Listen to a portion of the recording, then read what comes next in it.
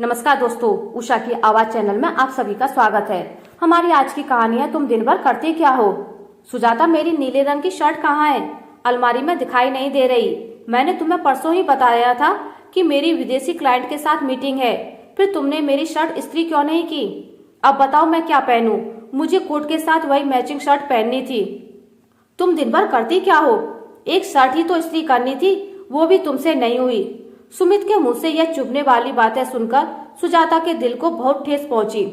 आंखों के कौर गीले हो गए, झरझर आंसू गिर रहे थे, पर उसने आंसुओं को छुपाते हुए अपने आप को संभालते हुए कहा, मैं करने ही वाली थी, पर मेरी तबीयत बहुत खराब हो गई, इसलिए मैं इस्त्री नहीं कर पाई। आप मुझे सिर्फ 5 मिनट का समय दीजिए, मैं फटाफट से इसे इस्त्री कर देती हूँ। यह सुनकर सुमित उस पर और भड़क गया। 5 मिनट में कर देती हूँ? मैं नौकरी करता हूँ, मेरी खुद की कोई दुकान नहीं है, मेरा एक एक मिनट कीमती है, तुम्हारी तरह बेकार नहीं हूँ। अब जाओ यहाँ से, जल्दी से मेरा नाश्ता निकालो और लंच पैक करो, मुझे देर हो रही है। जी अभी लाई, कहकर सुजाता किचन में नाश्ता लेने चली जाती है। नाश्ता डालते हुए और लंच पैक करते हुए मन ही मन सोचने लगती है कि क्या घर में काम करने वाले का काम नहीं होता? क्या वो बेकार होता है? 8 साल हो गए शादी को, जब से इस घर में आई हूँ अपना एक एक पल परिवार के नाम कर दिया, कभी उफ तक नहीं की, अपने सुख चैन के बारे में भी नहीं सोचा, जिम्मेदारी को फर्ज समझकर नहीं प्यार से उठाया, फिर भी क्या सिला मिला? हर दिन तिरस्कार, बुराई। सच में मन बहुत दुखता है। सुजाता अपनी सोच के समुद्र में डूबी हुई थी, तभी सुमित चिल्लाते हुए आया और कहा, नाश्ता और लंच आज मिलेगा कि कल दोगी? सुजाता ने डरते हुए कहा, जी तैयार है, ये लीजिए। अभी सुमित निकला भी नहीं था कि दोनों बच्चे बबलू और पिंकी तैयार होकर आ गए और पूछा, मम्मी नाश्ते में क्या बनाया है? तो सुजाता कहती है, बच्चों मैंने नाश्ता में पोहा बनाया है। पोहा का नाम सुनते ही बच्चे मुंह बनाकर बोलते हैं, ओफो मम्मी, क्या आप हर दिन अलग नाश्ता नहीं बना सकती? हर दिन आप आलू पराठा, चीज टोस्ट, पोहा, चीला पुलाव, रोटी सब्जी बस यही बनाती हो। हम एक ही तरह का खाना रोज रोज खाकर बोर हो गए हैं। आप दिन भर घर में रहती हो, कुछ अच्छा सोचकर अलग अलग नाश्ता तो बना ही सकती हो। कल कुछ अच्छा नाश्ता बनाना। अब जल्दी नाश्ता और लंच बॉक्स दो। मम्मी हमारी बस आती ही होगी, हमें स्कूल के लिए लेट हो रहा है। बच्चों को नाश्ता और लंच बॉक्स देने के बाद सुजाता एक बार फिर से दुखी हो गई। बच्चों के मुंह से यह तानों भरे अल्फाज सुनकर वह सोचने लगी कि 6 साल की पिंकी और 4 साल का बबलू, जिन्हें अभी ठीक से कपड़े पहनने तक का सबूत नहीं है, उनकी भी जबान कितनी लंबी हो गई है। लेकिन तभी दूसरे पल उसे समझ में आया, बच्चे तो कच्ची मिट्टी के होते हैं, जो देखते हैं वही सीखते हैं, उन्हें दुनियादारी की समझ कहाँ होती है। सोच के समुद्र में सुजाता जब गोते लगा रही थी, तभी अचानक से सासू माँ दमयंती की आवाज आई, अरे बहू, मेरी माला कहाँ रखी है और मेरी भजन की किताब भी नहीं मिल रही। कितनी बार कहा है कि मेरे सामान को इधर से उधर मत किया करो, जहाँ जिसकी जगह है वहीं रख दिया करो, ताकि मुझे ढूंढना ना पड़े। वैसे भी तू सारा दिन करती ही क्या है, कम से कम इतना तो कर ही सकती है। सासू माँ के मुंह से यह जली कटी बातें सुनकर सुजाता को रोज बहुत आघात पहुंचता। ये सोचकर कि कम से कम उन्हें तो मेरी मजबूरी समझनी चाहिए। एक औरत होकर भी क्या वह यह नहीं समझती कि घर में एक नहीं 100 काम होते हैं? यही सब प्रश्न मन में उठ रहे थे। तभी सासू माँ की आवाज आई, माला और किताब आज मिलेगी या कल तक इंतजार करना पड़ेगा? माँ जी आई, कहकर सुजाता गई और उसने मंदिर के ड्रॉर से किताब और माला निकाल कर दी और कहा, माँ जी यहीं तो रखी थी और रोज यहीं रहती हैं, देखने में कोई चूक हो गई होगी। तो दमयंती बोली, रहने दे, काम तो कुछ होता नहीं है, बस जबान चलानी आती है। जा मेरे लिए पराठे सेक कर रख, मैं 10 मिनट में पूजा करके आती हूँ। ठीक है माँ जी, कहकर सुजाता किचन में पराठे सेकने चली जाती है और मन ही मन सोचने लगती है, एक पापा जी हैं जो मुझे समझते हैं, कभी मुझ पर चिल्लाते नहीं, उल्टा सब्जी, दूध और किराने का सामान लाकर मेरी मदद भी कर देते हैं। 8 सालों से दीनानाथ जी यह सब कुछ देख रहे थे। उन्हें यह सब बिल्कुल अच्छा नहीं लगता कि बहू बेचारी सारा दिन काम में लगी रहती है। बावजूद उसकी सराहना के घर के सारे लोग उस पर छींटाकशी और ताना देते हैं कि दिन भर वह करती क्या है।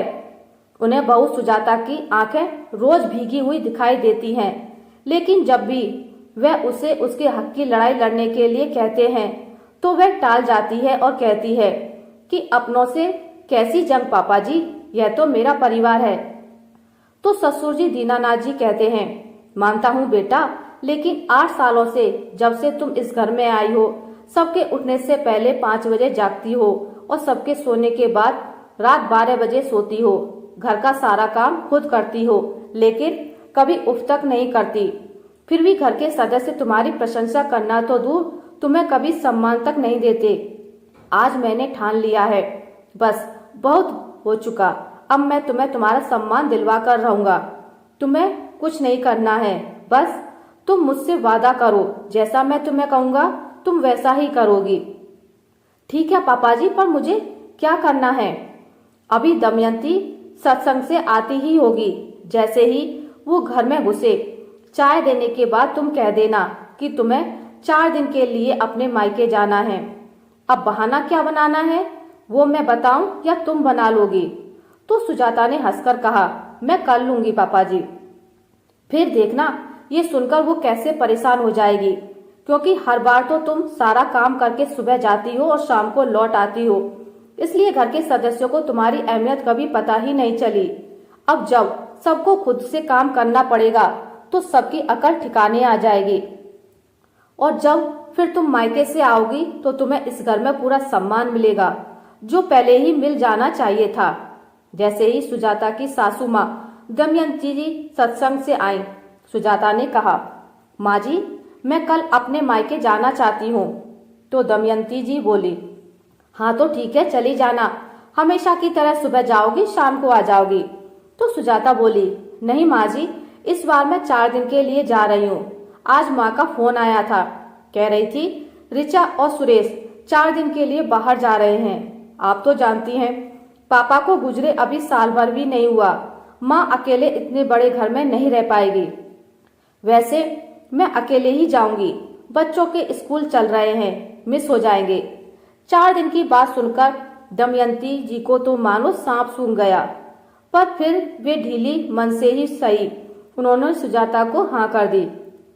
फिर सुजाता दूसरे दिन बच्चों और सुमित को बताकर सुबह 7 बजे ही मायके चली गई, और किसी ने कुछ भी रिएक्ट नहीं किया, क्योंकि सबको लग रहा था कि वो शाम को लौट आएगी। जब शाम को बच्चे और सुमित घर आए और सुजाता को नहीं देखा तो पूछने लगे कि दादी मम्मी कहाँ हैं? हाँ माँ, सुजाता कहाँ है? तो दमयंती जी ने कहा, उसने तुम लोगों को बताया तो था कि वो मायके जा रही है। हाँ बताया तो था, पर इस समय तक तो आ जाना चाहिए था। दमयंती जी ने कहा, इस बार बहू 4 दिन के लिए गई है, क्योंकि उसके भाई भाभी बाहर गए हैं। बबलू और पिंकी बोले, दादी बहुत भूख लगी है, जल्दी से गर्म पकौड़े बना दो। बच्चों की हाँ में हाँ मिलाते हुए दीनानाथ जी भी शुरू हो गए। अगर तुम्हारे हाथों के बने पकौड़े मिल जाते तो शाम बन जाती। जब से बहू आई है तब से तो तुमने किचन में जाना ही छोड़ दिया। एक सुमित की ही कमी थी, वह भी शुरू हो गया। माँ पापा सही कह रहे हैं, आपके हाथों के पकौड़े मिल जाते तो मजा आ जाता। पकौड़ों का नाम सुनते ही दमयंती जी भड़क गई, मुझसे ना बनेंगे पकौड़े वकौड़े। सुबह से काम करते करते मेरी तो कमर अकड़ गई है, जिसे चाहिए वो खुद बना ले। दीनानाथ जी ने मौके का फायदा उठाते हुए कहा, भाग्यवान, ऐसा क्या कर लिया तुमने जो थक गई? तुम तो कहती थी कि बहू दिन भर कुछ करती ही नहीं। जहाँ तक मुझे याद है बहू तो रोज शाम को कुछ ना कुछ स्नैक्स जरूर बनाती थी। हाँ दादू, आपने ठीक कहा, मम्मी रोज शाम को कुछ ना कुछ स्नैक्स बनाती थी और सुबह नाश्ते में अलग और टिफिन में अलग खाना देती थी, जबकि दादी ने तो हमें नाश्ते में जो रोटी सब्जी दी वही टिफिन में भी डाल दी। सुमित ने भी बच्चों की बात का समर्थन करते हुए कहा, हाँ माँ, मुझे भी नाश्ते में और टिफिन में एक ही खाना दिया। इतना ही नहीं, वह मेरे नहाने के पहले मेरे सारे कपड़े बेड पर निकाल कर रख देती थी।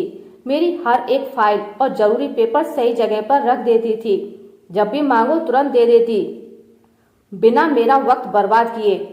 चंद घंटों में ही आज मुझे यह एहसास दिला दिया कि वह घर के छोटे बड़े हर काम कितने सलीके से करती थी और कभी उफ तक नहीं की और पलटकर जवाब भी नहीं देती थी।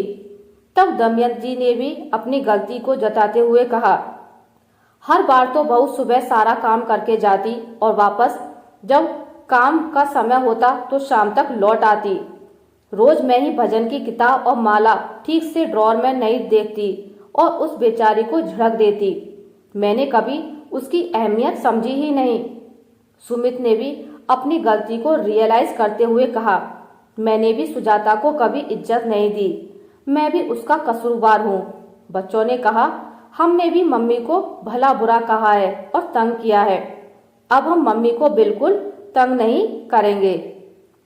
सबकी बातें सुनकर दीनानाथ जी ने कहा, मुझे खुशी है, देर से ही सही, पर तुम सबको अपनी गलती का एहसास हो गया। फिर सबने फोन पर सुजाता से माफी मांगी और जब वह घर आई तो उसे सम्मान तो दिया ही और काम में हाथ बटाकर उसकी मदद भी करने लगे। आज सुजाता की आंखों में खुशी की चमक थी क्योंकि उसे अपना खोया हुआ सम्मान मिल गया था। अक्सर ऐसा कई परिवारों में देखा गया है कि घर में काम करने वाली गृहिणी की कोई इज्जत नहीं होती है, जैसे उसका काम काम ही नहीं है, वह बेकार है। लेकिन ऐसा नहीं है कि पुरुष का काम ही काम है। अगर पुरुष काम करके पैसे कमाकर लाता है तो स्त्री घर को सहजता से संभालकर उसे स्वर्ग बनाती है।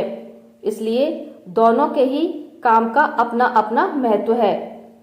आशा करती हूँ आपको मेरी आज की कहानी अच्छी लगी होगी। अगर आपको मेरी कहानी अच्छी लगी है तो इसे लाइक करें, ज़्यादा से ज़्यादा शेयर करें और अगर आप मेरे चैनल पर नए हैं तो इसे सब्सक्राइब करना ना भूलें। मिलते एक नई कहानी के साथ, तब तक के लिए नमस्कार।